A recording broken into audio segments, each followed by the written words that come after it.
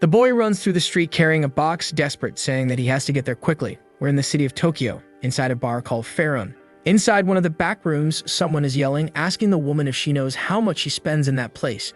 It's a chubby guy with two women on his arms, demanding they bring a decent steak. He's the president of a company named Dagura Mitsuru. An employee in front apologizes, saying that unfortunately, the steak he asked for is out of stock. Clearly, this Dagura isn't right in the head. He already has a vein popping from his forehead and orders her to take her clothes off and get on her knees to beg for forgiveness.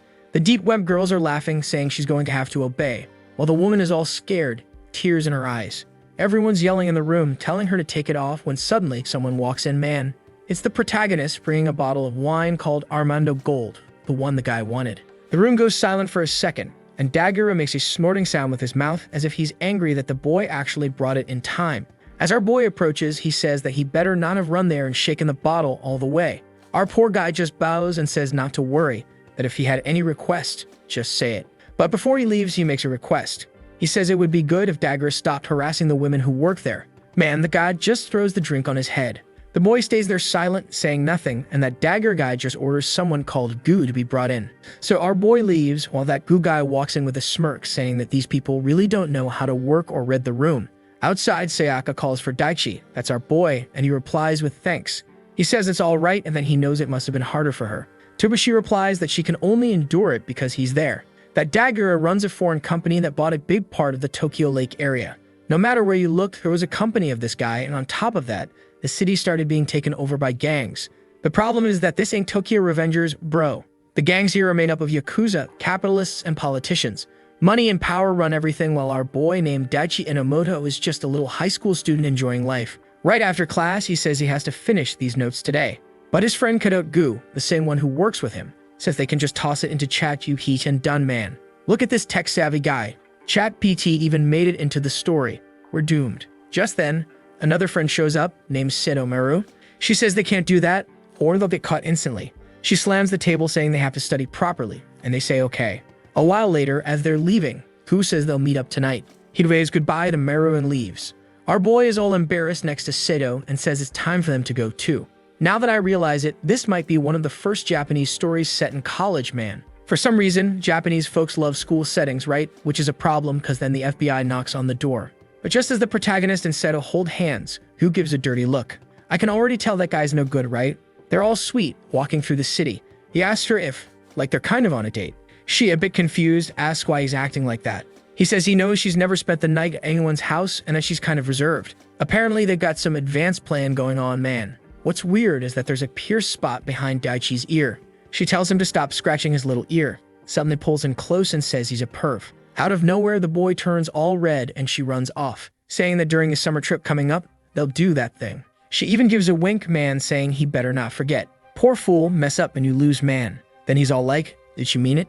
Did she not? He runs off, bye sucker, left there with a dumb look on his face.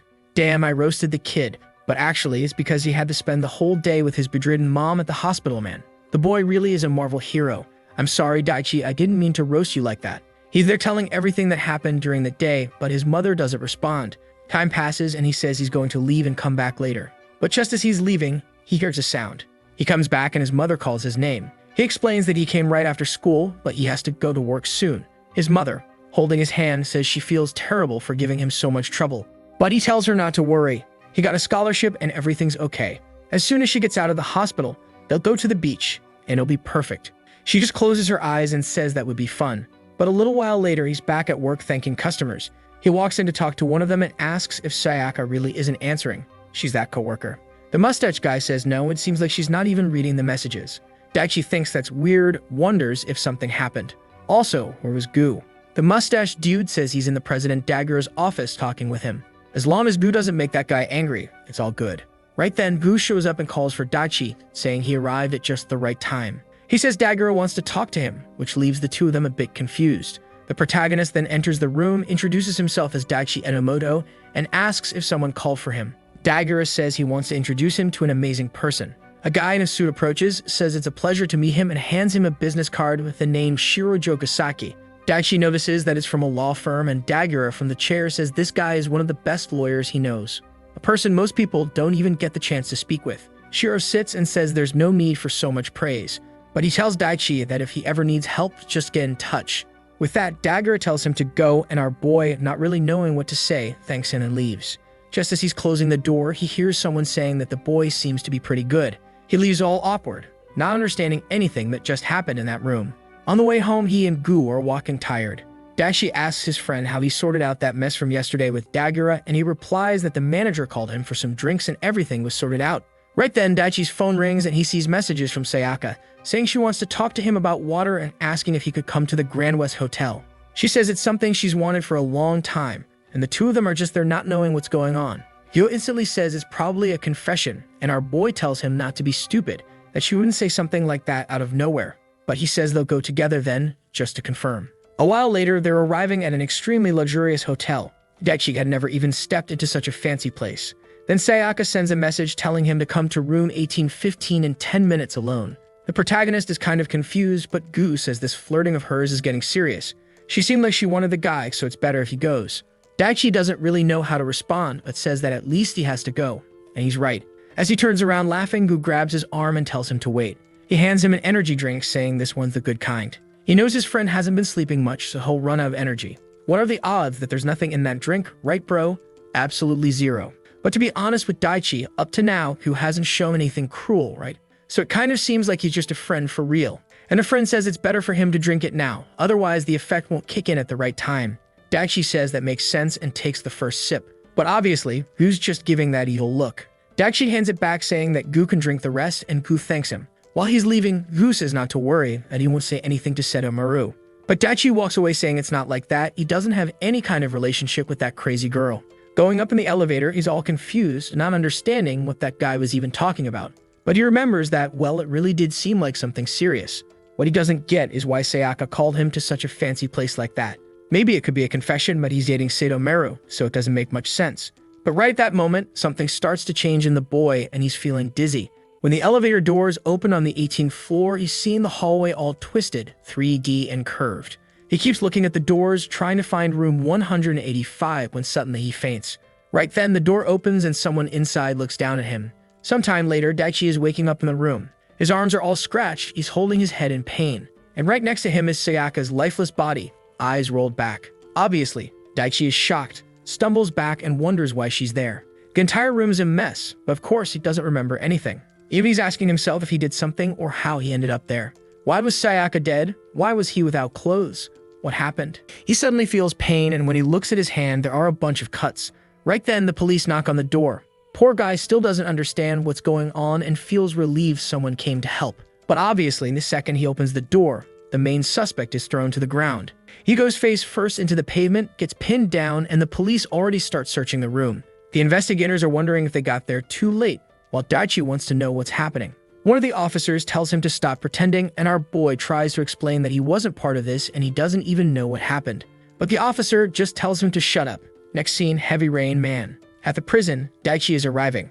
And that's how. Obviously, they framed our boy, and there he was being taken away. Watching him being hauled off to prison, look at the bastard Kadogu there smiling. He had the chance to call a lawyer, and who did he call? The only one he knew, Jogasaki, the friend of President Dagura from that company. He thanks him for coming, and the guy says he knows Daichi must be worried, but to relax. He'll help him. Our boy gets emotional and says he's counting on him. Then the guy starts reading some files.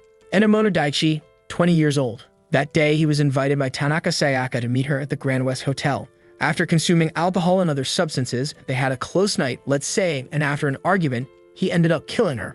Obviously, Daichi slams the table and says that's far from the truth. Jogasaki tells him to calm down, saying that everything he's reading is just what the police think happened. Daichi tries to explain that he didn't do that and would never do something like it. He asks to speak with some of his friends who also know about the situation. Jogasaki says they've already spoken with Kadogu, not just him, but also Kanto and his girlfriend Meru. Now our boy remembers Seto Meru and already knows she must definitely be worried. Not to mention he has a mother in the hospital. If she finds out he's involved in this kind of incident, it'll destroy her. Jogasaki asks if he was drinking or not last night because alcohol was detected in his system. Daichi just says he doesn't remember, he was normal until he got to that place. Then Jogasaki says that the people at work said he apparently doesn't handle alcohol well, so that seems to be the case. On top of that, traces of drugs were found in his urine. Once again, Daichi slams the table and stands up, saying he's never used anything like that. Jogasaki keeps asking him to calm down. Fabric with his DNA was found under the girl's fingernails. In other words, she scratched him before dying. What he believes happened is that in a moment of rage, he started strangling her maybe, and she tried to break free, scratching him. Daichi falls back, saying something like that is impossible to have happened. Jogasaki says that it's fine, he can deny it, since that's his right. But he's going to have to be clear. If he fights to prove his innocence, he's definitely going to end up with a much longer prison sentence. Daichi, man, he lowers his head, saying he can't go through something like that. He has a sick mother in the hospital. He had to work to be able to pay for that place, and if he's not by her side, she's going to be alone. Man, poor kid, crying and asking what he's going to do. Man, to me, at this point, there's no revenge I'd say wasn't deserved. He could cut off 2 arms and 2 legs, leave just the stumps, leave him burning in the sun for 15 years, fed through a tube, suffering forever, and I'd still say in the end, they deserved it. Obviously, Jogasaki says there's a way for him to be released much faster, and Daichi wants to know what the way is. The way, of course. Admit that he was the one who did it. Daichi stays silent, not answering. Jogasaki apologizes, saying that even if he were the best lawyer in the world, there's no way to fight this amount of evidence. And if Daichi fights for his innocence, the chance of him being recognized that way is extremely low. It'd be much better to confess and show an attitude of regret and receive a reduced sentence. Maybe even get parole if things go well. Daichi, however, just falls into a spiral of despair, saying he couldn't go through this. To get paroled, his mother would have to spend a long time alone, which was impossible. Next scene, we're at the day of the trial. And man, Daichi confesses. He admits that after being invited to the hotel by Tanaka, he ended up drinking too much and his memories are all messed up. But he believes he caused her death and deeply regrets it. Obviously, right? He confessed everything with the intention of getting parole, even though deep down he was absolutely sure he didn't do it. All he wanted at the very least was to get parole to visit his mother in the hospital before something worse happened. But the judge simply sentenced him to 15 years in prison. At that moment, Daichi's expression dropped. He turns to Jogasaki and asks why he didn't get parole. The guy just adjusts his glasses and says it's a shame, but looks like the judge this time was worse than he imagined. He yells at Jogasaki, saying that's not what they agreed on. But the judge just tells him to be quiet. Daichi couldn't believe that parole was completely denied. How was he supposed to spend 15 years in prison? While he screams that he didn't do it, he's taken away by security. Obviously, he requested a retrial, man, but nothing was accepted. And with that, he was sentenced to 15 years, man. Sometime later, in prison somewhere in a certain prefecture, the guys comment that the kid who arrived is super weird and keeps talking to himself the whole time. Obviously, they're talking about Daichi, and everyone says he's a strange murderer anyway. Our boy is there, pacing back and forth like a lunatic, saying he didn't do it. The criminals are there just laughing, saying that's something everyone in that place says. Sometime later, there he is, working in the prison, folding clothes and wondering why he's in a place like that. He's angry because the reason he wasn't able to go to trial again is because Jogasaki didn't even come talk to him. Now he also wants to know how Meru, his girlfriend, is doing and how his mom is. When suddenly an old man beside him calls out to him and asks if, by chance, he was framed. He was curious about the boy, so he took a look at his file. Seems like one night he was invited to a strange place, fell asleep, and suddenly woke up next to a naked, dead woman. Daichi asks how the old man knows this, and he answers that's not the problem. He just wants to know more details of the story. Depending on the situation, maybe they could get out of that prison. Obviously, man, Daichi's expression changed immediately. He had no idea who this guy was or how he knew about his case. But he introduces himself as Kamishiro, one of the prisoners, obviously. Someone who was also serving a sentence due to a false accusation. And it was a pleasure to meet someone like him. But Daichi turns his face away and ignores it, thinking that this was all way too suspicious. And he tells the guy not to keep talking to him. Otherwise, the guards are going to start bothering him. Kamishiro responds that for sure, they'll have plenty of time to talk, so whenever he feels comfortable, just look for him. One more thing he says. He better be a lot more careful with the guy who handled his case, that one named Jogasaki. From the boy's expression, Kamishiro already gets it. Yeah, looks like that bastard framed someone again. Sometime later, where the inmates sleep. And man, those little thugs sleep well, huh? Look at that cushioned floor, there's even a little computer screen in there. What is this, man? Let's go to Asia, commit a crime, and go to jail. The place is too good over there. Just kidding, guys, don't even think about that for a second, for the love of God.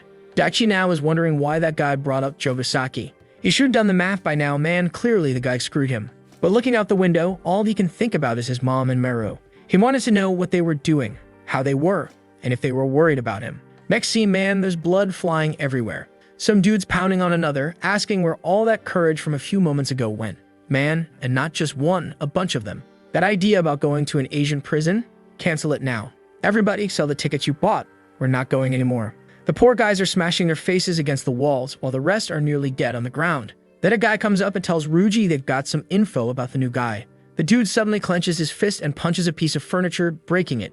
They say they're going to talk to that guy tomorrow in the garden. He'll meet him face to face. Next day, under the blazing sun, there's our boy doing pull-ups, falling to the ground all crooked. 3 was his limit, until a guy shows up from behind, calls out to him, asking for help moving some equipment. Daichi just agrees and goes man. But from the side, Kamishiro is watching everything. Obviously, he was being led to come face to face with Ryuji. Actually, I had gotten it mixed up. Right then, Daichi gets startled and turns around, wanting to know what's going on. But at that very moment, the guy walks up, grabs him by the neck, and asks if he also likes killing people like that. Daichi tries to explain that he didn't do it, that it was a false accusation. But the guy says everyone always says the same thing. Bam, a cannon punch to the stomach. Our boy drops to his knees in pain. Then bam, Cristiano Ronaldo-style cross right to the head. Ryuji says he's a bad guy too. And to be honest, he even likes what Daichi did. And that's exactly why he's itching to kill him now. Man, another cannon to the face. What the hell? His buddies just comment that Ryuji is terrifying when he's angry. At this rate, the kid who just got there was going to die. Sometime later, our boy is all beat up, and Ryuji says he at least feels sorry for the kid's parents. Daichi, obviously, was nearly losing consciousness, not even understanding what they were talking about. One of them comes closer and says that outside, the media is causing an uproar. Apparently, there are reports that the killer's mother died of shock upon finding out the case her son was involved in. Dang man, our boy's mother died, dude. And now he's wondering what he did to deserve this. He starts asking again why Sayaka called him that day, or why Jogasaki told him to confess and that he'd get parole. All he did was confess so he could go back and be near his mom. But this had been a crime he didn't commit. Suddenly, he's letting out a weird sound, rising up while everyone is confused. At that moment, Daichi didn't care about anything anymore. Everything had become meaningless. His heart was being painted by a single dark feeling. The guys were all scared that he might actually have the guts to do something, and Ryuji just keeps staring. The kid was laughing and crying with a bunch of emotions mixed together. He stretches out his fist and lands it square in his face, man. From that moment on, he let himself be consumed by rage. While he was punching Ryuji, he could see an illusion of his mother. She called out his name and told him to live a good life. Then she walked away while he asked why they hadn't gone to see the castle. He insists and calls for her, but she keeps walking away. Next scene, she wakes up all bandaged up in the hospital, calling out his name. Obviously, all of that was just a dream. And the doctor shows up saying that she finally woke up. There was our boy in the infirmary side by side with Kamishiro, who was calmly reading a book. He laughs, saying Daichi went crazy and even punched the guards in the face. Daichi is a bit confused, wanting to know what happened to Ryuji, the one who beat him up earlier. Kamishiro tells him not to worry, he's in solitary since he caused a major disturbance recently. The doctor nearby says Daichi was lucky that he got there just in time, and his injuries were pretty severe. Then Kamishiro makes it clear that he happened to get hurt too, hinting that he's there to talk with our boy, and now they're friends. Not just friends, they also share the same unjust sentence. Daichi remembers what that guy said earlier and what he said about Jogasaki and asks if he really believes he's innocent. Kamishiro answers that he's seen a lot of people and doesn't see in Daichi someone who would kill like that.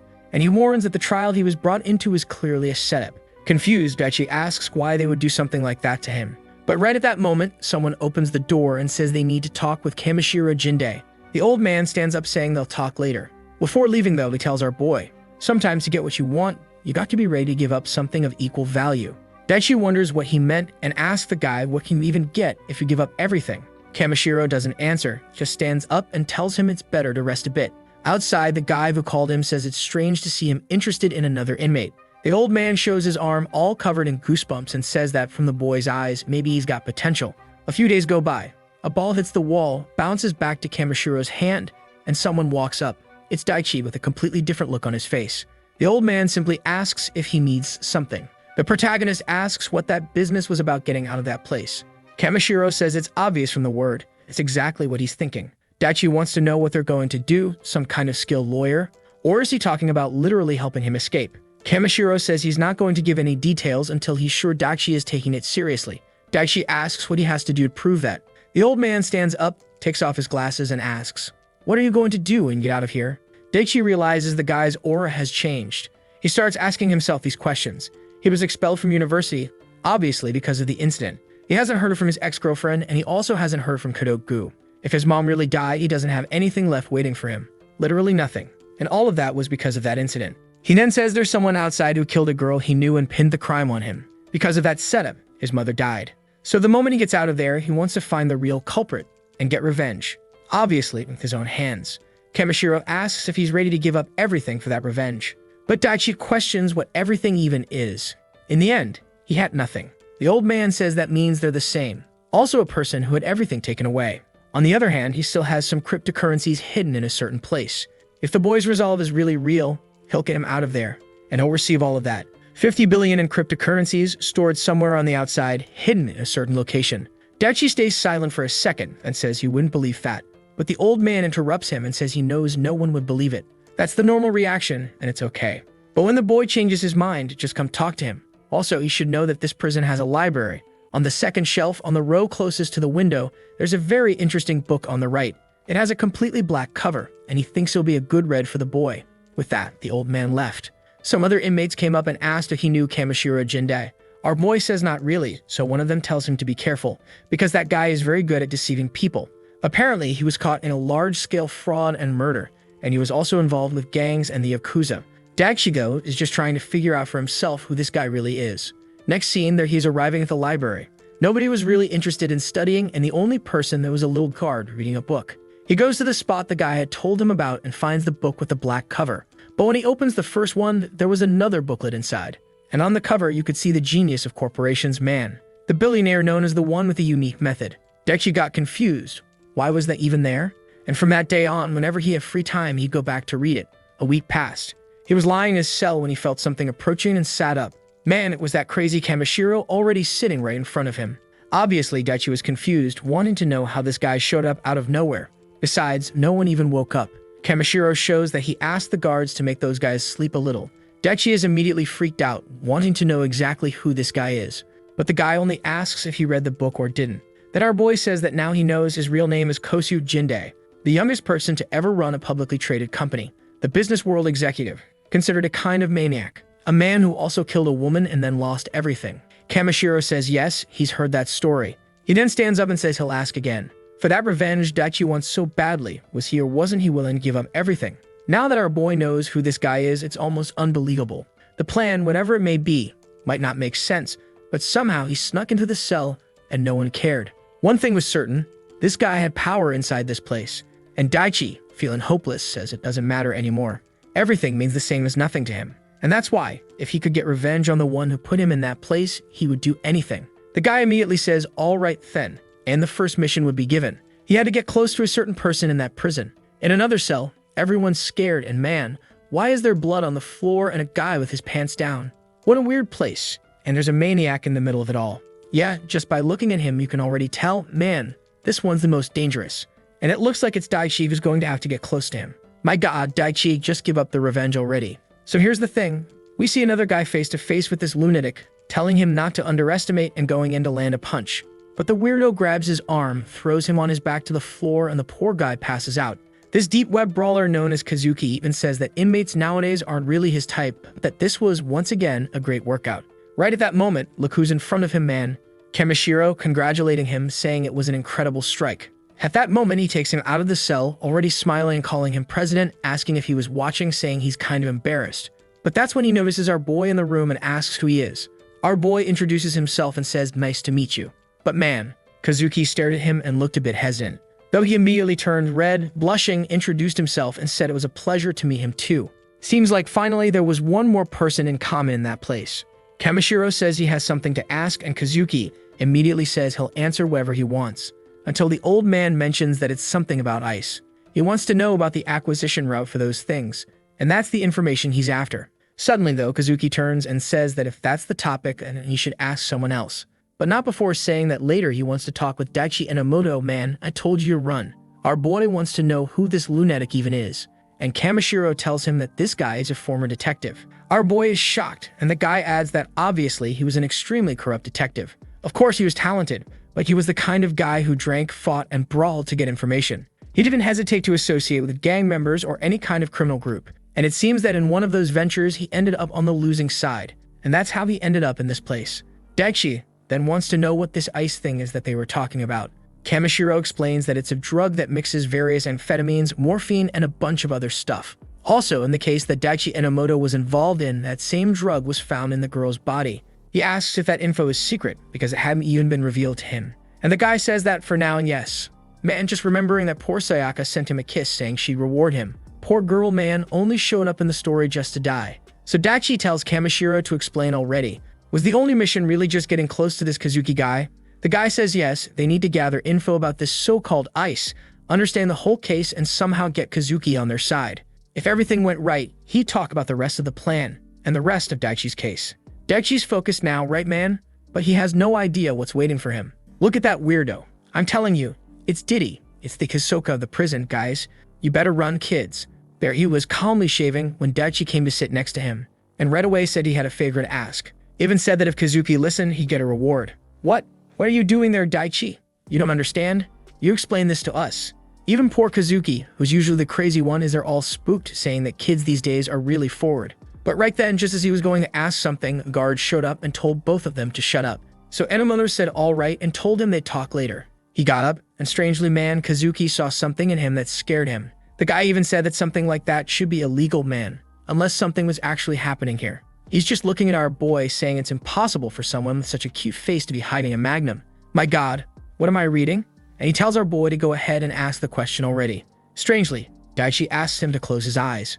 Kazuki, in his usual weird vibe, decides to close them while wondering what's going to happen. He's thinking he might be about to get a kiss or something. The boy can't resist the perfect face he has. Maybe they should do something like that and end up in solitary together. It'd be romantic. He says out loud that instead of a princess like our boy, he prefers a woman who's more like a queen. But suddenly, his fantasy is broken when Daichi tells him to open his eyes already. As soon as he does, he notices the entire place is empty. And right then, he's sure this is the work of that bastard Kamishiro, paying off not just inmates, but the guards too. That's something only someone like him could pull off. Daichi simply says he wants the information Kazuki has, everything related to the ice drug. He explains that he's not asking out of curiosity, but because the incident he was involved in is connected to this stuff, and this drug may have killed someone. He's now face to face, saying he needs help to find out who's selling it. But obviously, Kazuki just laughs and asks what happens if he refuses. But man, Daichi pulls out a razor, puts it to his neck, and says he could end up dying from blood loss. But Kazuki doesn't even care and just asks where this princess learned to say things like that. Our boy says he doesn't want things to end like this.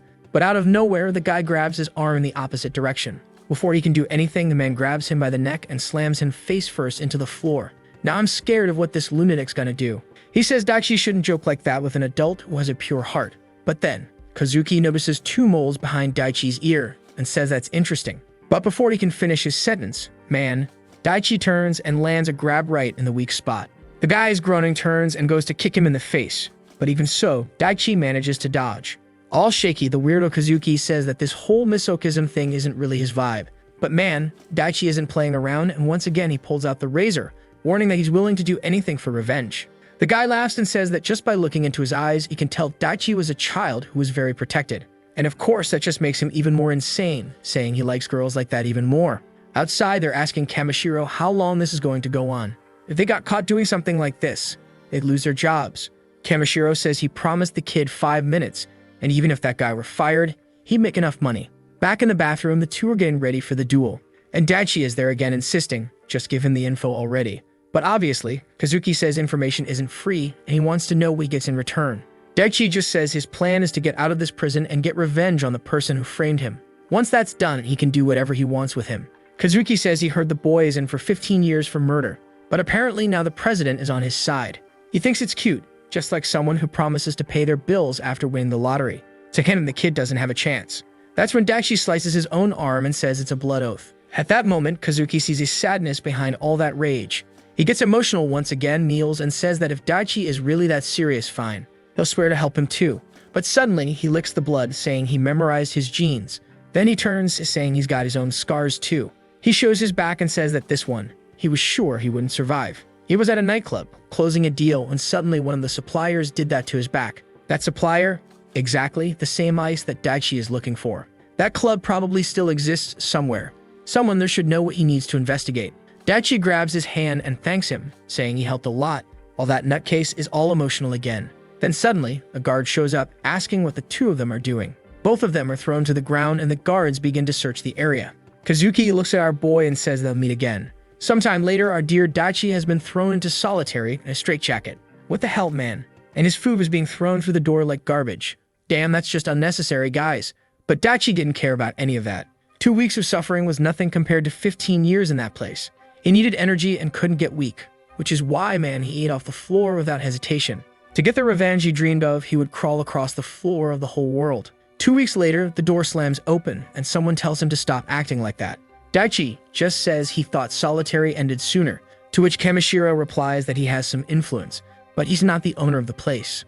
Half of the guards, including the higher-ups, obviously aren't under his control. He managed to get the two of them in the same cell, the best he could do.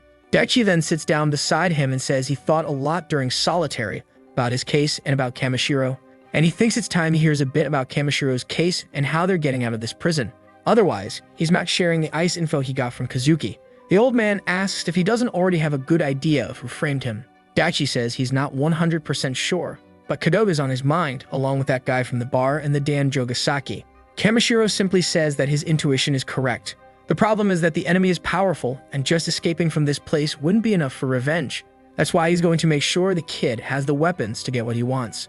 Daichi asks if he's talking about those cryptocurrencies or something like that, to which Kamishiro says, first, he wants to know more about the night of the incident. With that, the two stay talking for quite a while. Kamishiro asks if on that day after leaving the bar, he was called by the victim to the hotel.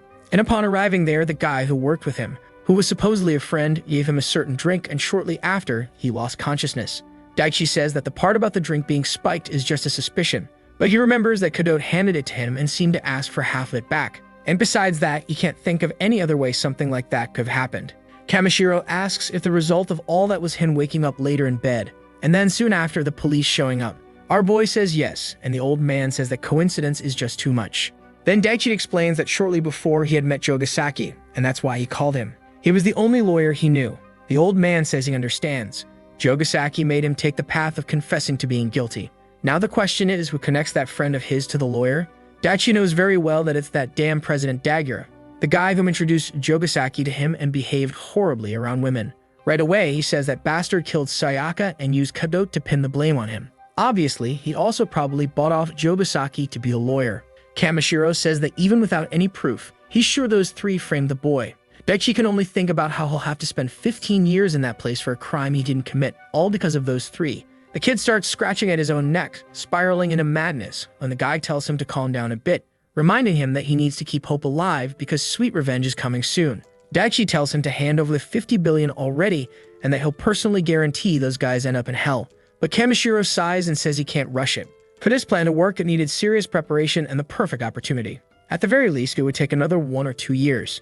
And even if he had all that money, it'd be useless if he didn't know how to use it. What the boy was lacking right now was knowledge. He picks up the Count of Monte Cristo from the shelf and says there's a quote in there, "Wait and hope." Until the perfect opportunity appears, he would pass all the necessary knowledge to Daichi. Already in the library, the first thing they were going to study. Ma'am, you think it's gonna be fighting, punches, kicks, and gunfire? No, kid. They're starting with economics. Daichi just follows all of Jinde's advice since he seems well informed, and the old man says he'll first teach him how to read a book. First, you need to look at the entire content quickly. You don't even need to understand anything at first. Speed is the most important thing. And that's how Daichi began, man, devouring everything in that place.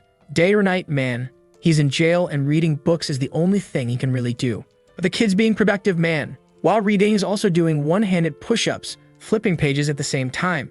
But when he runs out of energy, obviously he crashes face first. Kamishiro asks what he's been doing, and our boy explains that he's memorizing company data, just like he was told. The problem is, there's over 4,000 of them, right? So it's taking time. The guy laughs, saying it's crazy to do something like that while doing push-ups. Daichi says it all clicked for him when he lost to Ruji after being beaten up, and also when he fought Kazuki. Without enough strength, he couldn't fight anyone. He's certain that knowledge alone won't be enough. He needs the right kind of strength to use the knowledge he's gaining.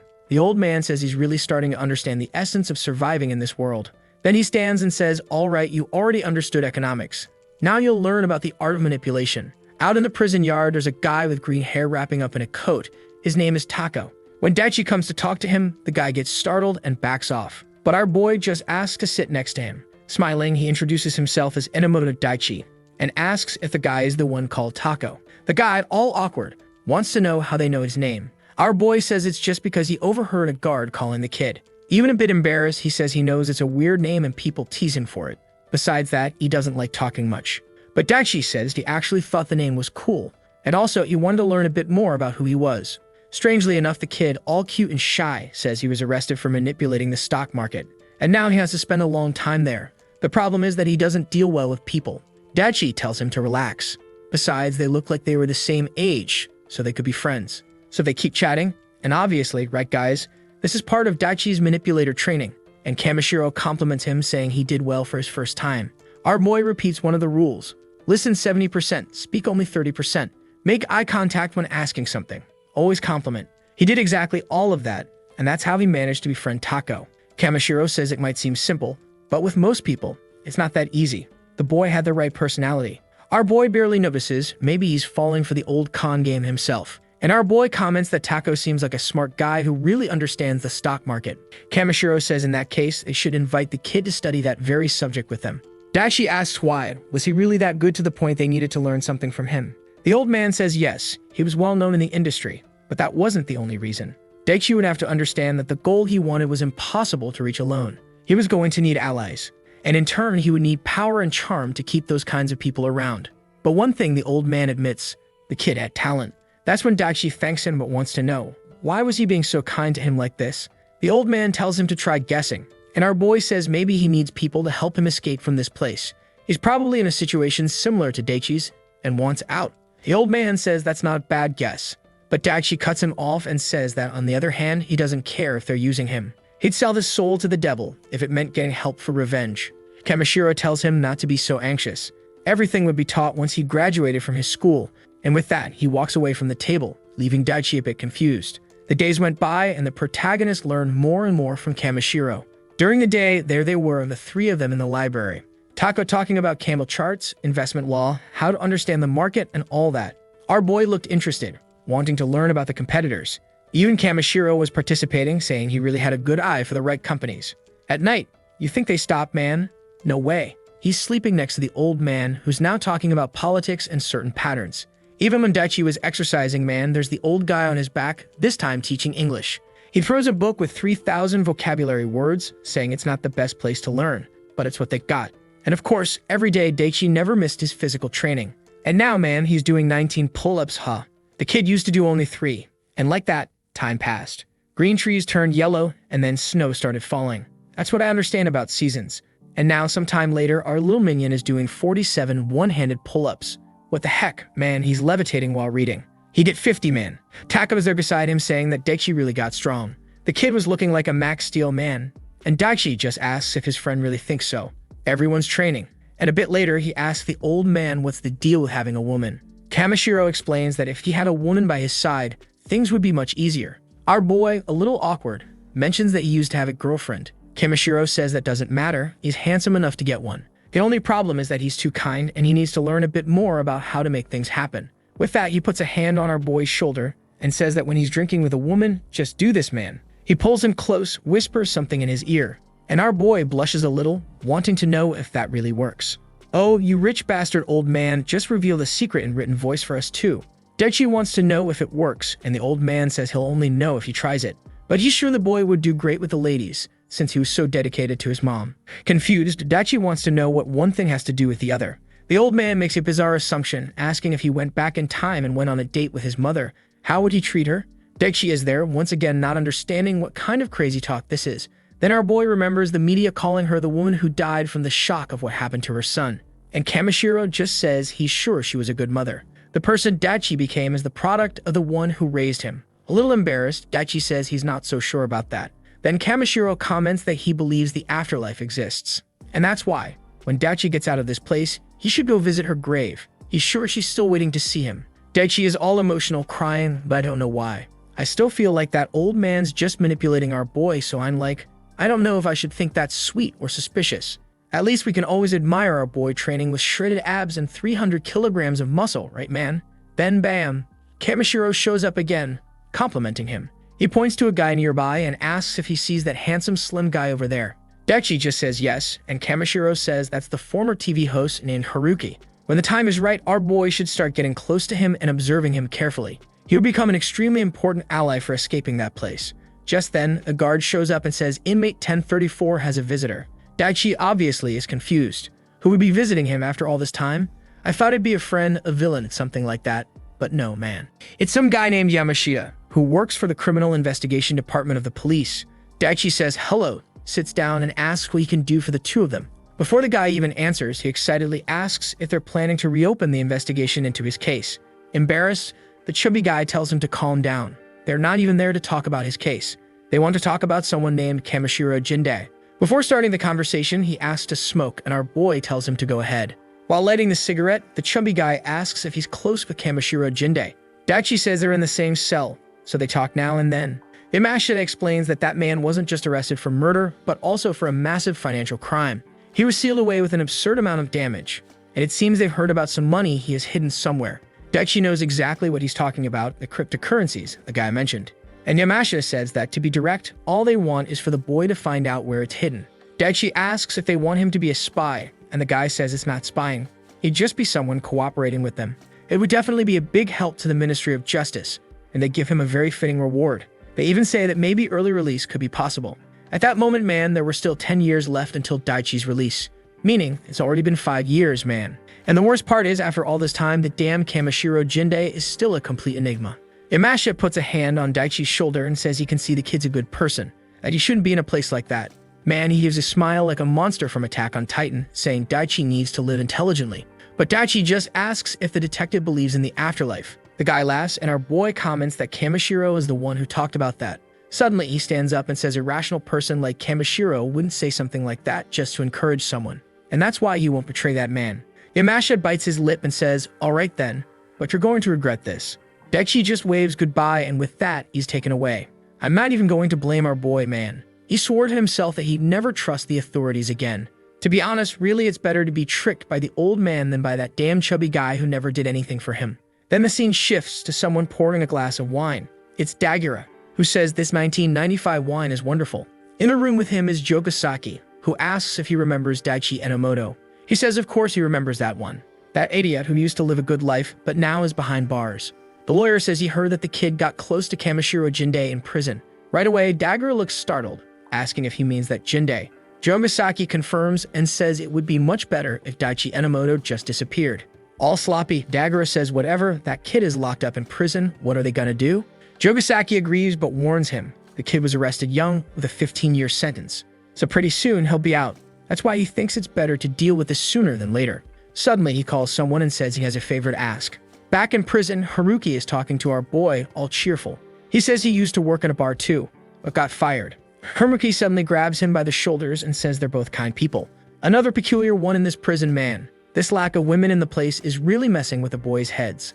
Later on, Daichi leaves and the old man asks how the conversation went. Our boy says he seemed like a nice person, but it was really hard to read his personality. On top of that, he smiled with his mouth, but not with his eyes. Kamishiro tells him to keep observing carefully, especially trusting his intuition. Then he changes the subject and asks if he remembers the guy named Ruji Bamba, that guy who almost beat our boy to death and had been in solitary until now, man. And the problem is, he just got released. And by his expression, you can tell he's not at all happy about the time he spent there. The old man tells our boy that Ruji Bamba has a little sister he cares about deeply. Apparently, a few years ago, she went through a terrible incident and has been in the hospital ever since. Now Daichi gets it, why that guy got so angry when he found out about his case. And Kamishiro says that regardless of truth or lies, he's going to have to be more careful. Sometime later in Bamba's cell, everyone is terrified, even though he's just sitting there, calmly reading a little magazine, until the guard opens the door and says some new people are moving into the cell. Here comes Kamishiro waving hello to Bamba, who, as soon as he sees him, says that apparently the bastard still does whatever he wants in this place. The old man says it doesn't matter. He's just the king of a prison, meaning his freedom is still limited. Bamba tells him to spit it out already, and the old man says he has a small favor to ask. He says he wants to tell him something about a certain person who's been serving under him for some time. Meanwhile, outside, Haruki is talking to our boy, patting him on the back and saying not to worry, those 10 years will fly by. He'll be out soon. In the middle of the conversation, our boy is just wondering why Kamishiro said this guy would be important in his escape plan. Suddenly, man, Haruki says he can't wait to get out and commit the very crime that our boy was accused of. He says there's nothing better than using certain substances to turn people into puppets.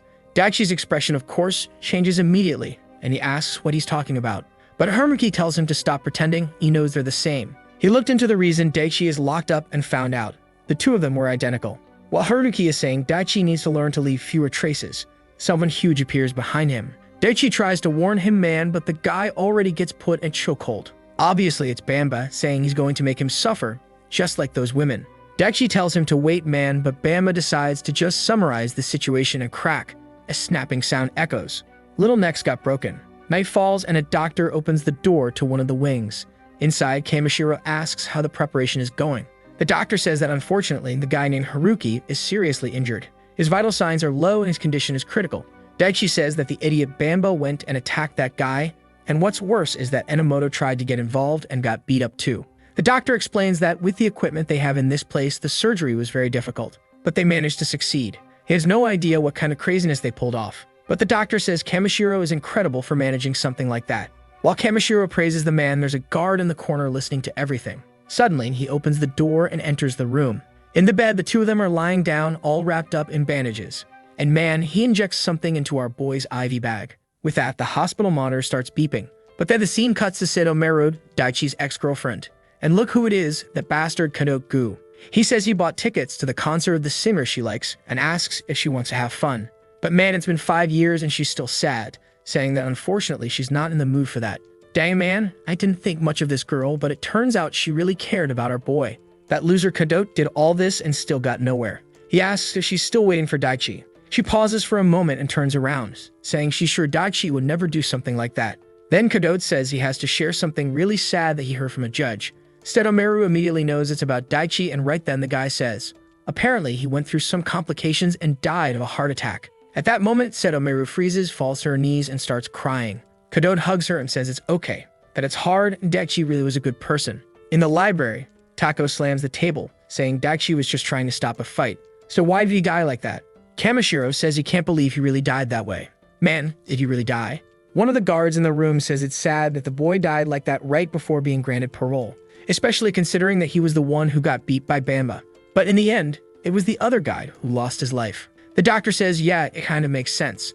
Then the scene cuts to that bastard Dagura and the damn Jogasaki celebrating. They were finally free of Enomoto Daichi's existence. Kamishiro was in for life, so they didn't even have to worry about him. All he could be was the king of the prison, which didn't matter to them.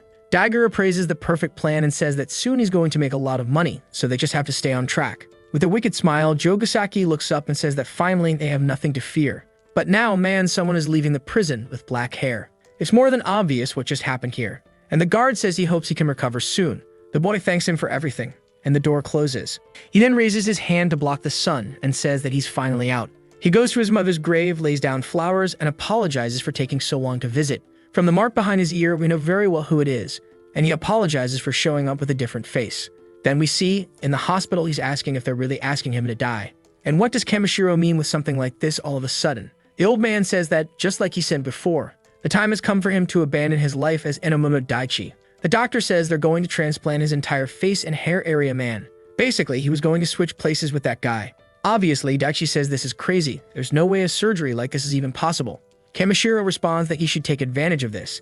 That guy next to him was garbage, and there was no way they were going to let something like that walk out of this place. From the very beginning, he had told him that he needed to be prepared for something like this. In the operating room, our boy decided to abandon his life as Enomoto Daichi. And my friend, it really was like Halloween mask style, you know? They ripped it all off and swapped one face for the other man. That day, he walked out of that room as Takahashi Haruki. The slick one now had that handsome face and says not to worry, Mom, because here and now his revenge against those guys was just beginning. A while later, he's there in a karaoke in the building, taking a really chill bath. Seems like a few days have gone by, right, for the surgery scars to start fading. Now he has to start putting it in his head, right, that he's not Enomoto Daichi anymore, but Haruki.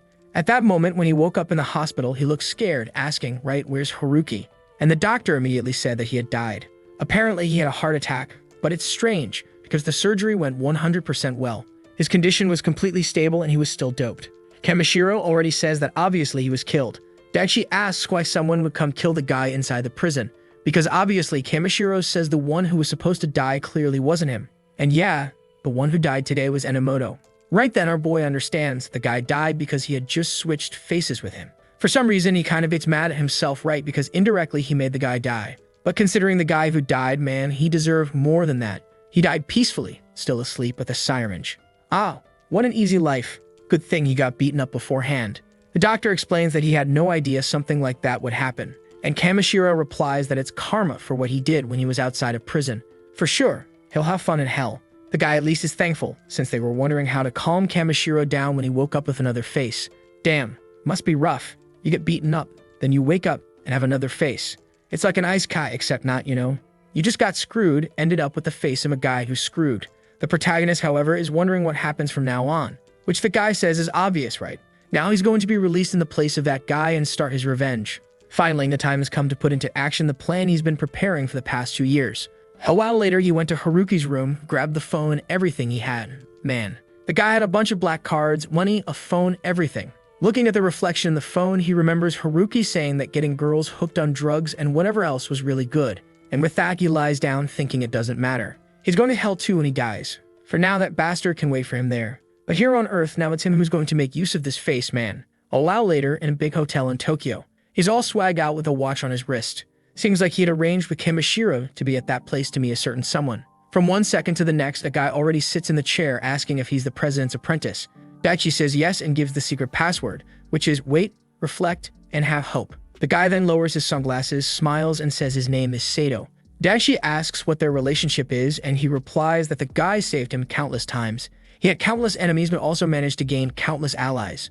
Then he already hands our boy the kid's passports, full of documents. The dude even changed his name to Kurisu Fuyoto. I thought he was going to, take on the name of that other crazy guy, whatever. Sato then gets up and tells him to give it his all, and our boy thanks him. In the bag, the guy had also left a new phone and 2 bundles of cash, man. He remembers Kamishiro told him to start converting the cryptocurrencies into money little by little. Obviously, Daichi was still wanting to know why Kamishiro was going so far for him. Why he was giving money, all this support, and what he expected from him. Kamishiro replies that what he wants is way beyond the kid's revenge. And looking at the money, Daichi can only thank him for everything. Man, really, I doubted the old man. Maybe there's still going to be a plot twist, I don't know, but the guy really came through for our boy. He arrives at the airport, passes smoothly with the new documents. We're already leaving. I don't know where to. I do know, man. He's already on the plane thinking about the 3 targets of his revenge. Obviously, first he has to investigate where they are, the resources they have, and their connections. He's going all the way to fully understand Sayaka's death and why the blame was put on him. And of course, he's going to make sure they face a despair much greater than what he experienced. It's just that that guy over there is extremely powerful and influential in this city. For now, he needs money and also help. That's why he's going abroad to get the money Kamishiro passed on to him. 50 billion in cryptocurrency. Man, 3 years later, and we're in Tokyo. Money from all over the world is coming into this city, helping development, but mainly in the bars and casinos. Obviously, because of that, Tokyo's nightlife is wild, right, man? But at the same time, that's creating a strange social disparity. And now, man, on the plane, the flight attendant shows up all chubby to say hi to our boy, saying they're almost there, and he just thanks her. Look at the rascal there, man, got himself an earring and now has an older look, man. Looking through the windows, he says he can't believe he's back in this place after so long, in a region called Marunouchi. The old men were all smiling, saying it's a wonder to meet someone like him. Apparently our boy, I don't know what he's been up to, but he's known around here. He's kind of shy, saying it's nice to meet them too. He obviously now goes by Kurisu. Strangely, the old guys didn't believe the kid was so young. That's funny, because I think he looks old. The throne was basically already born there, and the old men are saying that thanks to Casino War, more and more rich people are coming to Japan. The stock market doesn't stop exploding. The guy showing the tablet to the protagonist, it seemed it didn't really want to be there much. But it looks like some American investors recommended the kid so much that he agreed to meet him. And of course the 2 guys were already plotting to get him to deposit at least 200 million. But he turns the tables. Man, they think he's going to offer 200 million. He already says he'll start by depositing 2 billion. Right away the guys stand up thanking him, saying they weren't expecting something so incredible. Kurisu tells them to stay calm. And now I'm kinda confused. They call him Daichi, Enomoto call him Kurisu, and now I don't even know. I think I'll stick to calling him Kurisu, because it's going to take a while for people to figure out he's Daichi, and everyone's going to keep referring to him as Kurisu, and it'll mess me up every time. But you know it's him, no secret.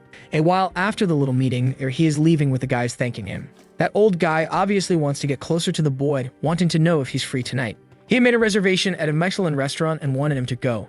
But our boy put on some swaggy sunglasses and said not tonight, he's got plans for the evening. What's this, man? I saw some lingerie on the floor and thought he was already getting on again in Japan. But no, it's that bastard Go man. This bastard's still alive. It's 11 a.m., he hits the alarm and kicks the girl, asking how long she's going to sleep. Man, the other one's crazy to be with a guy like that, right, bro? She's confused, wanting to know what he thinks he's doing, and just tells him to disappear already. And apparently now he owns a bar or something like that. The girl already got dressed and slammed the door, saying he's the worst. But Kadot doesn't even know who she is exactly. Then looking at the city view, he figures it must have been some random girl he hooked up with last night. Hat guy's still living the good life. Look at this man. He hooked up with her not even knowing who she was, then jumped in the BMW and left. Living in the mansion, driving a luxury car, saying now he's going to go make even more money. Then he's at a place called the Emperor's Lobby. And now it seems like he owns that place. Everyone's celebrating, saying the boss arrived. Then one of the guys shows up kinda awkwardly, saying they have a VIP guest today. Kadov is instantly surprised. Man, the guy who was coming had requested loads of extremely expensive wines and champagnes. The sucker couldn't hide his smile. He could smell the money coming. Who could be the big shot in the VIP room, fellas? He's surrounded by the baddest of the bad. The blonde sucker walks in all awkward, apologizing for interrupting his private moment. His name was Kadot. He was the owner of that place and came to greet the boy. Our boy gets up, and man, the kid suddenly looks like he's in JoJo's Bizarre Adventure. What kind of jawline is that, bro? He introduces himself as Kurisu and says it's a pleasure to meet him for the first time. Ah, this rascal loves throwing hints, huh? But before that, shall we go back in time a bit? Why go back in time, man? But alright, right? What can I do? We go back. A guy had entered the room, bro, kneeling and asking what type of girl he preferred. He replies that he has a particular interest, and the guy says he understood, so he'd bring the best ones. Looking around, though, Kurisu was just wondering if this was now that guy's castle. Shortly after, the guy apologizes and comes in with the first baddie. That one would pass a crash test, guys. She comes in all cushioned and introduces herself as Mizuki. She's feeling herself, and the dude who only walks around kneeling comes back again, wanting to know what he wants to drink. The curious guy opens the menu, closes the menu, and says he wants everything. Next scene, champagne popping, and there he is with the baddies. The girls all saying it's their first time drinking something so expensive. Meanwhile, the guy serving her saying the bastard dropped 1,000,000 yen just like that. It makes no sense. Mizuki already wants to know, right? How come he's so rich and so impressive being so young? One of them squeezes his arm, saying he's as young as the owner of that place. The protagonist just asks if the place is good, and she says it's okay. Different from other groups in the area, they didn't even have sales targets. Besides that, they could choose any clothes to wear. While they were chatting all sorts of random stuff, he looked at his watch and he knew. He's flaunting money, and soon enough he'll show up. And right when he thought that, look who shows up at the door. At that moment, he looked back at the girls while telling himself that he had to stay calm. No emotion could show. That's when the bastard Kadot showed up by his side and apologized for interrupting. He introduced himself as the Don and said his little name. Daichi stood up saying it was a pleasure to meet him and introduced himself as Kurisu. Some time goes by and the girl in the red dress is asking Kadot to stop talking about that stuff. He's standing there telling the story about the day she puked while everyone's laughing. The protagonist, though, is just glad to realize that the guy hadn't noticed anything. Kadot then excuses himself, saying he's heading out. The guys say goodbye and say they'll see each other again soon. As soon as that happened, he would pay the price for everything our boy had gone through. Obviously, the moment he thought that, his expression changed, and it seems like the lead girl, Mizuki, noticed something. Next morning, there's a girl and a guy I don't know, but they're in front of a bunch of screens, commenting on a strange price change and saying someone's manipulating the market. Ah, now I realize who it is. It's that kid he met in prison. The one who's good with stocks, right? That's why he's looking at stocks. And his nickname outside seems to be Octopus. Our boy laughs that he still has the same thing on his head from the day they got out. In the flashback, we see that as soon as he stepped outside the prison, our boy was already there to get him. He was a little confused, wanting to know if he was really Daichi, who just replied that Tako would have to help him with a certain revenge. For what he needed to do, his skills were crucial. The friend says that back then, he was confused and scared. But in that moment, Daichi places a card on the table and says he needs to get straight to the point. There's a certain company he needs to investigate. Obviously, you could already see it on the card, right, man? Kadot Gu. He'd wanted an investigation on those guys and the club called Emperor that they ran. Tako asks when for, and he says almost a week. Right away, the kid reaches out, grabs all the takoyaki, whatever that thing is called, shoves it in his mouth and says 3 days is enough. Our boy thanks him, and Tako then asks why he wants to know about a company that's not even listed on the stock exchange. The protagonist replies that he thinks that company has committed various crimes and it's time to expose them to the light of day. Our boy tells himself that this rotten castle that guy built by ruining people's lives will be destroyed. Next scene, there's a couple leaving a love hotel and the woman says the place was amazing. When out of nowhere, a guy shows up taking a picture and she asks who that crazy person is. The weirdo introduces himself as Oda Kazuki, a private detective. Hold on, let me check my list here. Oh crap, it's him, guys. The Diddy from prison, right bro? Looks like now he's with our boy too. At least people said he's a good detective. Next scene, the nutcase is in a cafe with the two of them, saying it's funny she's going out with a high school boy and still passing out. Her husband would cry if he knew something like that. Dang, looks like the situation's worse than I thought. The woman asks if he's a private detective and begs him not to tell her husband, saying she'd pay him off in an amazing way. Man oh man, that's unstoppable. Even the detective's suffering under her, though of course Kazuki didn't like that and he just asks her to stop with the insults. Man, both the suckers there started sweating cold, bro. And he tells her to just go home because he's going to need a serious chat with the husband. As soon as she leaves though, yeah bro, Diddy goes after the boy, immediately telling him that messing with a married woman could bring problems. He should try finding true love with him. But the boy just runs off saying he doesn't want to work with that anymore. Meanwhile, Diddy says it's impossible to find someone and fall in love. 2 years ago, he got out of prison and obviously after the scandals, there was no way to go back to being a detective. That's why he started working as a private investigator using the connections he had from the past. Since he has a criminal record, he doesn't have a detective license, so he's kind of working illegally. I didn't even know that, right? I never stopped to think. What college do you even go to become a detective? Is it police? I guess so, right? What am I even saying? Obviously, from time to time, he had to accept some risky jobs and get into some fistfights, bro. He constantly throws himself into danger to try to fill that void in his heart. He looks over at a poster about honest working boys, but he doesn't seem very excited. Suddenly, he cries out and yells to the heavens, wanting to know why the prince died. Obviously, right bro, remembering our Daichi. And he was willing to wait for our boy for 15 years until he got out of prison. Then he realizes he's hungry, goes into the shop across the street, orders a ramen and sits down. But as a twist of fate, right man? Look who's right there beside him eating ramen. Diddy's heart can't take it, right bro? The nutcase just kept thinking how long his eyelashes were. Sad eyes and shiny lips. The crazy guy says that's the kind of intense beauty he admires most. But suddenly, he starts shaking his head, saying he can't think like that. His prince is in heaven. My god bro, this guy is not right in the head. Our boy thanks and gets up and right away, yeah bro. Kazuki downs everything and starts looking around for the boy. His heart was pounding fast and he wonders if this is love after 5 years. Back at our boy's base, Hako's living the good investor life, right man? Bunch of monitors watching the graphs while gaming at the same time. Damn, that must be awesome bastard. He knows how to make money, that jerk. That's when our boy walks in, asks about the investigation, and Tako tells him to come take a look. He opens up a bunch of tower charts, spring onions, little pizzas. Take a look at all of it, my boy. Scanning through it, our boy quickly finds the name he was looking for. Takura Mitsuru. That old man from the beginning, the one who owns everything in the area. And then Tako says that guy Kadot might have his name on the card as the owner, but he barely owns any shares in the place. Kuristu says, of course, it's obvious. There are people behind the scenes pulling the strings. But now it's time for him to start paying the price for getting involved in all of this. Tako already gets it and asks if these were the guys who framed Daichi Enomoto. The guys confirm it, and the friend says those bastards can't be forgiven. Then he gives his buddy a pat and says first, they need some new allies. Tako's mission for now is just to take care of Kamashiro's money and make it grow.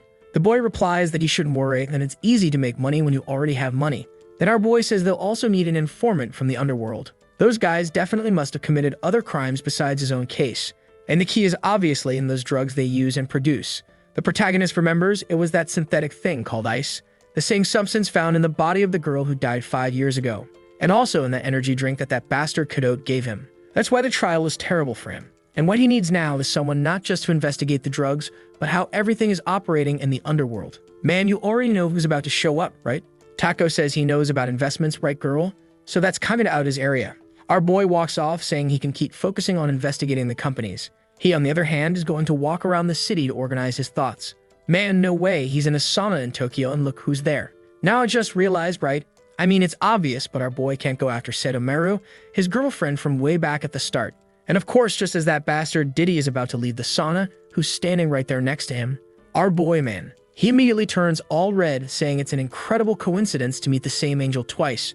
Our boy looks at the weirdo, who's covering himself up shy, saying he has to talk to that prince in a natural way. Just then, an old man stands up to leave, but ends up tripping. And while falling, he pulls the towel off man. Diddy. Obviously, if I remember correctly, Diddy saw our girl. I think he saw her, right? Yeah, he'll recognize her for sure. Yep. Obviously, while our boy was helping the old man, the crazy one is there crying, all emotional, saying he found the prince. But I knew this didn't make sense. He was supposed to have died in prison. Man, he got so shaken up there that he collapsed on the red floor. One of the guys even came in asking if he was okay, or if he was dead. Sometime later, back at the Emperor Bar, the waiter asks what he wants. And our boy tells him to bring Mizuki. I thought the guy was gonna order a drink or something, but nope, he asked for a woman. Ah, looks like our boy noticed it was Ova sitting there in the corner. And he never imagined seeing that guy in a place like this. He knows he can't go back to the police because of his crimes. So what is he doing now? Maybe he should look into it. Right then, the crash test passing girl shows up all gentle, speaking in a cute voice, saying she missed Ryoto. Daichi decides to leave the topic of Oga for later, since now he'll have to talk to this crazy girl and research more about what Kadode's been doing. Mizuki's all smiles, saying she's happy to see him there again. But obviously, Kurisu's plan is to make her a friend because he needs an informant in this place. The problem is, well, the girl gave him a weird look. Will she really become an ally? I don't know, man. But he's putting on that serious face, saying he needs a girl who will obey him absolutely and become his spy. Sometime later, the other girls are saying he's acting strange today and not even drinking anything. He responds that once he made a big mistake with alcohol, so he prefers it this way. The girls laugh, saying everyone goes through that. They even say they want to see him drunk. Kadode's right there laughing too, but inside he's wondering who this weird guy is. He didn't seem like the usual gangsters who hang out there, who obviously scam people and steal to get money. Maybe he was some kid who recently got rich with stocks or something like that. Suddenly, Kurisu stands up, says he's going to the bathroom, and Kagome says he'll show him the way. But actually, he didn't show him. It was another guy who took him. And on the way, he ran into one of those old guys he had invested $2 billion with, who was obviously already super excited, saying it was a fated coincidence for the two of them to meet. He's thanking the boy for the other day, and Kadode is just off to the side, watching. Kadode is keeping an eye from the corner and asks the boy who that weird client is. He replies that he seems to be an executive from a foreign company that hired a Japanese guy. Apparently, he worked abroad for a long time and only just now came back to Japan. Kadode, seeing the old man lean toward our boy, obviously got excited. A foreign executive that even the old guys bowed to, this was just what he needed. A truly and genuinely rich man. In this manhwa, money doesn't buy women. Bro, it buys men. As soon as Mizuki leaves the room though, Kadode grabs her arm and obviously gives her the order to do whatever it takes to win over this Kurisu guy. She's a bit confused, but he stares her down and asks if she understands what he means. She's all awkward as he comes closer and says she has to understand that this guy has money beyond what she can imagine. Besides, it seems like he kind of liked her, so she better make good use of that. In the end, she'll benefit too. Sometime later, they're talking at one of the bar's tables, and Mizuki says it seems like Kadode is dating one of the girls at the club. Kurisu asks if that's not forbidden, right? Like people dating those who work at the place. She says it's not allowed, obviously, the guy's the owner, so no one's going to say anything. Then she adds that she doesn't really know which girl it is. That would be important info for Kurisu to find out because obviously the girl who's with him must know some stuff. But suddenly, Mizuki asks why he keeps coming to this club. He's caught off guard but quickly gives a little smile and wants to know what she means by that. She replies that she's obviously asking that because he doesn't seem interested in the girls there. And that's why she's curious. The madman Kurisu thinks he's been acting in a way to hide his intentions, but she's sharp. Bro, you go to the club, order 300 champagnes, spend $1 billion, and don't take a single girl home? Nothing suspicious. He still doesn't answer anything, and Mizuki asks why he invited her to dinner like this. She's sure he was invited by the other girls. He answers awkwardly that she seemed like the easiest person to talk to. She seemed a bit more polite and calm. It was relaxing to have a little chat with her. Oh, is she falling in love? Ah, our boy's using those persuasion techniques he learned in prison, bro. Y'all aren't ready for the kid. Then he reveals that he's also interested in how the club is managed as a potential investment opportunity. Ah, so he said it, right? And now she gets all pouty, saying now she understands why he hasn't been that into the girls. But he's not right in the head either. Out of nowhere, he grabs her arm and takes a look at her wrist to see if there's a needle mark, to check if this girl's being drugged. Considering what Kadode did to him, that's the bare minimum to check. But he sees no marks, so he holds her face and brings it close, to check her dark circles and also if there's anything strange about her pupils. Looks like the boy needs an eye transplant too, right? Can't see a thing. Had to bring the girl within 1 centimeter. Or maybe he was playing a double game, pretending that while he's looking for info, he's hitting on her too. And she got all awkward and shy, while he's just standing there in the spotlight, and she's staring. Obviously, she says he's way too handsome. That prison surgeon was the goat, right bro? Swapped the kid's head and made it almost perfect. In the real world, girls get 2 little things done and end up with lips that look like sausages. She says he must be tired of hearing how handsome he is, and he says, not that much. It wasn't something he was proud of either, since he didn't work for it. He's just playing a double game here, this bastard. Is he talking to her or to us readers in the morning? Man, focus on the girl already, kid. After giving the boy a good look, she leaned in and he asked if she was drunk. Suddenly, she grabs his hand and says she won't even ask to be his girlfriend. She just wants to spend the part of the day known as night in an enclosed space with 4 walls and a bed in the middle. So maybe they should go out there and look for a little room. Dear God, the artist is too good. What is this, bro? It's way too early in the day for me to be seeing this stuff. I just woke up, guys. Cut it out, girl. The curious bastard gets into bed, obviously thinking about the investigation he needs to carry out. When the baddie shows up, apologizing for making him wait. When he asks if she's nervous, out of nowhere she grabs something but falls on the bed. And she says it's her first time, so he should be gentle. Now you're going full on crazy, huh, girl? He's dumb, but not dumb enough to believe something like that. But the damn girl starts rolling around in the sheets, and man, all he can think is that it's time to find a new spy. Damn it. I thought the next chapter was going to open with the result of the night, but no. There he is, just staring, wondering if this is the right move to make her dependent on him. He could have her investigate Cagote or the whole Emperor Palace. Mizuki is there looking huge emotionally when he asks if what she wants is money. If that's the case, she just needs to say how much. She stands up all shaky, asking what he's talking about. But Kurisu walks away, wanting to know if what she wanted was just money. Did she want 50,000? 100,000? Or more? Man, her expression changed, poor thing. Looks like she really liked our boy, or she's a really good actress. She then tells herself to stop being so naive, that she's tired of the way she's been acting. The poor thing stands there in disbelief, shaking, saying she wasn't doing this for money. Suddenly, she cries and screams in desperation, telling him to stop insulting her like that. Kurisu just lowers his head and apologizes. With that, he says he'll leave the place paid for, but he's leaving. Oh man, Japanese stories are always like this, huh? Had to be a story based on a Japanese guy. They always think it's super cool for the guy to never do anything. It's like, I'm too stylish to get women. If it were one of those crazy Chinese dudes, he'd have already trashed the whole bar in a way cooler scene. But there he is, giving her a warning to get out of that place. I'll forgive him only because in the car he's thinking that he already realized she's not the right person to be a spy.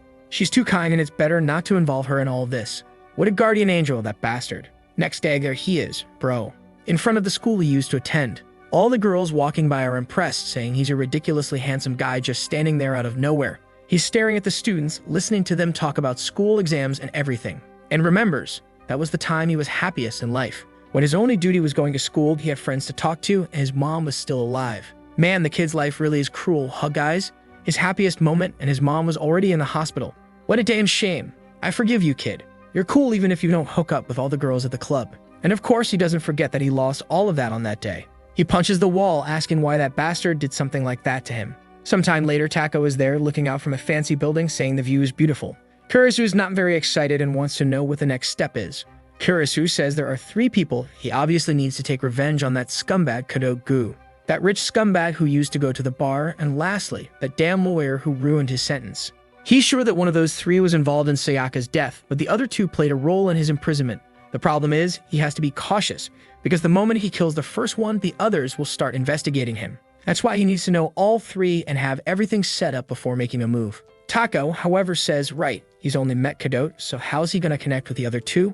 Kurisu says that won't be hard because those guys throw massive parties, and it seems like anyone with a lot of money or influence in the city always gets invited or something like that. Since Cadote's got his eye on him, the invitation will arrive soon. He even noticed Cadote watching him from the corner, so he knows it's just a matter of time. Even his friend comments that the kid's going real slow with this revenge, right? Luke, Kurisu, replies that there's no need to rush. He wants to make these guys suffer for a long time. Just killing them like that wouldn't be any fun. At night in the hotel, he asks about Mizuki, and the guy says unfortunately she hasn't been showing up lately. Obviously, he didn't need to worry about company. They had plenty of beautiful girls at the place. Kurisu thanks him, then tells him to bring another one and stays there thinking that yeah, she really left after he told her to. He wonders if that was really his intention, but in the end, it was probably better for her. He needed to find a woman with more desire, someone easier to manipulate. Whoa man, only heavy competition in this place. Wait, but now that I look, our boy's face changed. It's his ex-girlfriend working at that place. Damn guys, it's over. That bastard Cadote, right bro? Stole the girl, didn't get anywhere with her, and still threw her in there. He really is a scumbag. And of course, the moment Kurisu saw her, bro, it was an instant